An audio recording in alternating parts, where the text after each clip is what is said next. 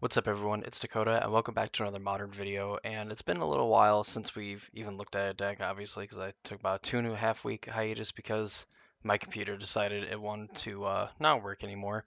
So I got a new computer on the way. Until then, we're going to see decks and other things like that in light mode, which kind of sucks, but you know, is what it is. Uh, just happy to figure something out for the time being until I get my computer.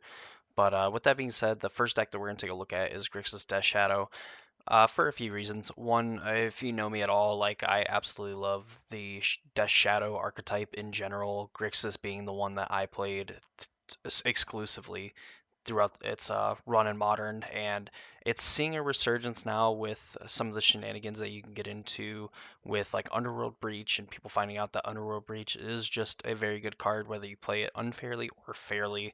So excited to look at this version of Grixis Death Shadow. This is one that Corey Baumeister watched him stream a little bit over the weekend playing this deck, and it looked like it was really sweet.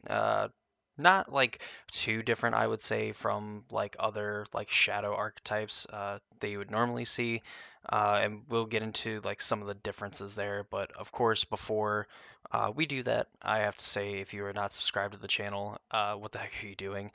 Go ahead, toss me a subscription, ring notification bell so you know when I post videos. I like to go over different modern and pioneer decks, along with giving gameplay on some of those decks and some other essay type videos. So if any of that interests you, please consider subscribing to the channel. If you go into the link of or the description of this video, you'll find two links. One goes to the Discord server, another one goes to my Twitch channel. Go ahead, follow those links, follow me on Twitch, join the Discord server, all that fun stuff. All right, Grixis Death Shadow. So for those the uninitiated, Death Shadow Grixis Death Shadow is named by the card Death Shadow, which is a 13/13 for 1 mana that gets -X/-X, where X is your life total. So essentially, to be able to play this card, you have to be at 12, and it's a 1/1, 11, a 2/2, so on and so forth. A card that requires you to do a little bit of math, but you know, it'll be worth it in the end. So essentially, this deck gets to play the other two best one drops in the format in Dragon Rage Channeler, Ragavan. We're used to these cards. Ragavan probably one of the best one drops like ever printed, at least one of the best red one drops like ever in terms of power level and just some of the like advantage it gives you top to bottom. This card is great. Dragon Rage Chandler essentially is like a red Delver of Secrets, where like you can get this going as early as like turn 2 and just start hitting your opponent for 3 and get you some pseudo like card advantage. I guess really just like card selection, but giving yourself some good card selection for later in the game, so that a lot of like your other spells translate into more spells and makes it very hard for you to flood out in decks like this. When traditionally, and one of the first differences like you'll kind of see in this, at least in the spells, uh, there is no Drown the Lock. Drown the Lock was like kind of the counter spell of choice for this deck. There is no necessarily like counter spells. There's no way to like interact in that way. Instead, just playing like 3 Lightning Bolt, 4 Thoughtseize, 4 Unholy Heat, 4 Expressive Iteration. I mean, nothing wrong with this at all. 4 Thoughtseize. We know Thoughtseize is like the most powerful discard spell probably ever. You know, like there's Hymn to Turok and stuff, but just for the fact of like looking at your opponent's hand, getting what you want, and like losing 2 life is supposed to be the drawback for a card like this, but Death Shadow sees it as a benefit because obviously it grows your shadow or gets you to the point where you can actually have your Death Shadow stick on the board as well. Unholy Heat, probably the best 1 mana removal spell in the format, displacing Fatal Push as like the best card, the best removal spell. Uh, and really just kind of like cementing its place as probably the premier red 1 mana removal spell, and Lightning Bolt really getting to stick around just because it can go to the face. Heat just getting to deal with all the problematic creatures and planeswalkers, aside from like a Murktide Regent with enough cards that were delved to it or exiled throughout the course of the game. So we all know this card's good, and we know that Expressive Iteration is probably one of the best cantrips that we've ever seen in Modern, just from the amount of sets that we have, and the ways that you're actually able to abuse this, hit your land drop, so on and so forth. A 2 mana cantrip that can be played on turn 2, but played on like turn 3, 4, 5, so on and so forth, just gives you tons and tons of advantage, and especially stacked on top of cards like Dragon Rage Channeler and other decks that play Ledger Shredder can abuse this. I mean, this card, just giving it its flowers, this card is amazing. Mishra's Bauble, which you're seeing more and more prevalent in some of these other decks. Let's slide down here. Mishra's Bauble, 0 mana, non-creature spell. Dragon Rage Channeler cares about it. You can play turn 1 Channeler, uh, play Bauble and Surveil, and immediately start getting value off of it. You can essentially like do more tricks with Mishra's Bauble in conjunction with like fetch lands, where you're able to play fetch lands and then like bauble yourself and see if you want the card before you fetch, and if you don't want it, you can fetch away immediately, maybe do something, or even like as far as turn 1, just playing a bauble straight away if you have like a fetch land and a shock land in hand, and then looking at your top card and saying like, okay, I want that card, I'll play the shock land, do something else on turn 1. No, I don't want it. I'm going to play the fetch line, get rid of it, draw a fresh card, and continue to do what I want to do. And of course, just replacing itself at the beginning of your next turn's upkeep, of the next turn's upkeep, excuse me. Obviously, again, there's millions of tricks. There's people have, if you watch like anybody that plays like Mishra's Bauble decks with some consistency, they know a lot of like the key tricks with Bauble and stuff, and maybe that could be a video that we discuss like later with some of the more competitive stuff. But just yeah, Mishra's Bauble is an insane card, and while on the surface it doesn't look that way, if you're not like privy to like the competitive meta stuff, Mishra's Bauble is busted for everything that it does for 0 mana. Continuing on, like the last of the spells, we have 2 Dress Down. Dress Down is a way that you can make your Death Shadow a 13/13 while being, at like 11 life or 10 life or whatever.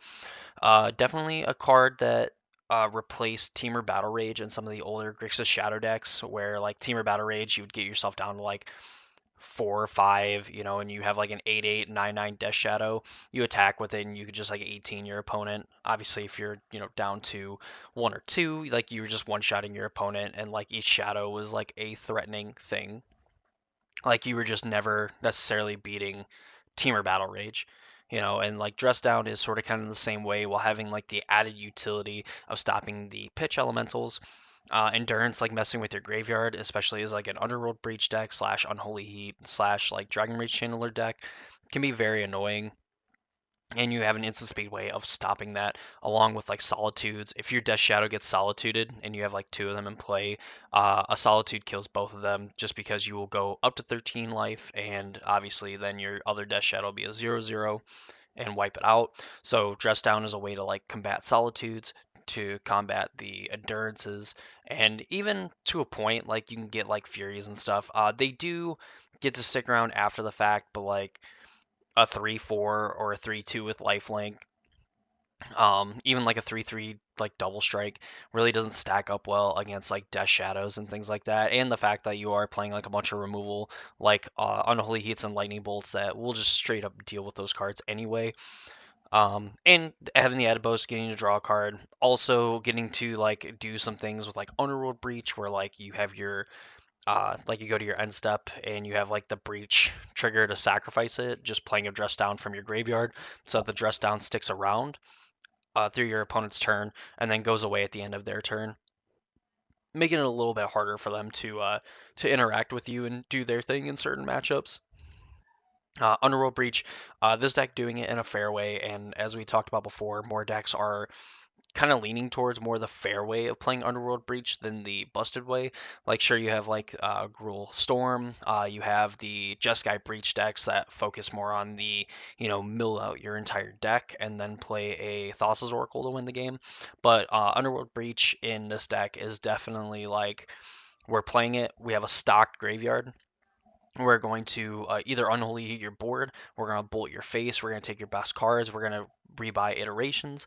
If you have baubles in conjunction with like Dragon Rage Channelers, you can just draw a bunch of cards by exiling all the cards like in your graveyard to just cast Mishra's Bauble a ton of times and just end up drawing like 5, 6, 7, 8 cards and just winning with raw card advantage after that. Like 2 mana draw 8 is pretty good, or I guess 2 mana like exile your graveyard, draw 8 cards, and you still have the most, probably the hardest type to get in your graveyard, 2 hardest types to get in your graveyard for Delirium.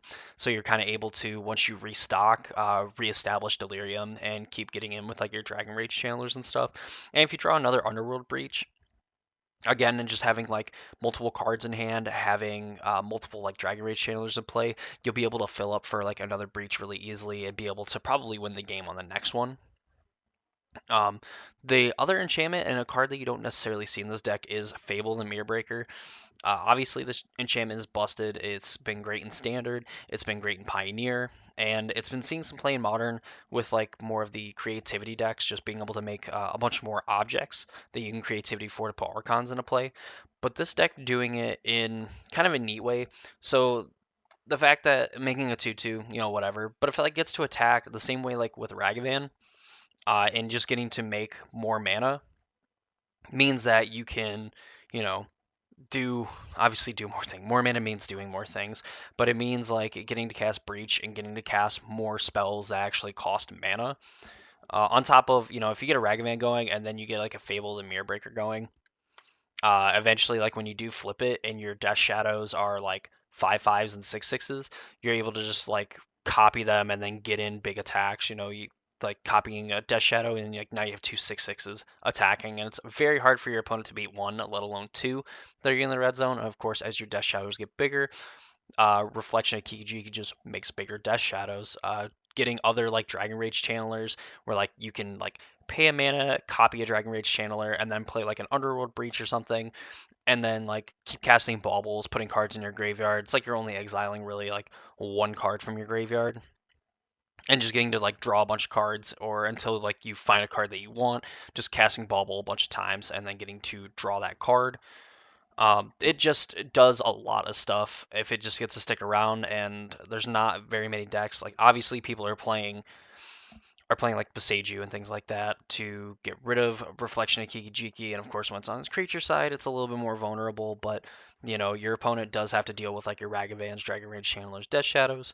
That maybe they run out of gas to deal with like the Reflection of Kiki, and even if they do, you're kind of fine with the Reflection eating something because you did get your value of getting to make mana with the Goblin token, just getting rid of like two lands and like hopefully drawing two cards, or getting rid of any irrelevant cards and drawing some fresh ones. And of course, the benefit of eating like an unholy heat or something if your Death Shadow is not out of range for at least one unholy heat. So definitely not something you're necessarily mad about. Just a card that has like high upside and seems to have like a very low downside. Obviously, it's pretty slow at 3 mana, but like if you hit with a Ragavan on turn two, like you can play Reflection on turn two, and really just start getting it going and kind of put your opponent in a tough spot to have some very specific answers to deal with your board. Um, and yeah, that is the Death Shadow, Grixis Death Shadow deck. Corey Baumeister edition. I think this deck is really cool, and I know I say that about a lot of the decks I look at because I only want to look at decks that are I think you'd be very likely to see, and I think Grixis Death Shadow and some variety is a deck that you would see, maybe not with as much regularity as some of the top decks in the format, but it is definitely a deck that is a labor of love for a lot of like the players and stuff. I know that like I play Yawgmoth and Paper, but I'm slowly building towards like playing Grixis Death Shadow just because I have a lot of nostalgia for the deck. I still think the creature is probably one of the best one-drop creatures that you could play in the format, aside from the usual suspects of like Dragon Rage Channeler, Ragavan, so on and so forth. So definitely a deck. I think that if you have like a Mana Traders account or some way of like rental service, to at least try out the deck. It's really cool. It's really satisfying. Any like these breach decks are really fun to play. Once you like establish like a breach with like 12 or 13 cards in a graveyard and you have just a Dragon Rage Channeler in play, it's a lot of fun. It's super cool, and it makes you feel super big brain when you actually go off with it. So that's going to do it for me for this video. I hope you all enjoyed. If you did, please consider subscribing, ring the notification bell if you want to see more videos like this. Of course, I post other Pioneer content as well as a gameplay with some of the decks that we show off. There probably really won't be any for like this week and maybe next week, depending on when I, hopefully get my computer, which I think is next week. Um, but that being said, in the future, that stuff will come with hopefully more regularity, and of course some other like essay type videos that I kind of have in the works that I really want to get after. So that's gonna do it for me. I hope you all enjoyed, and I hope to see you all in the next video.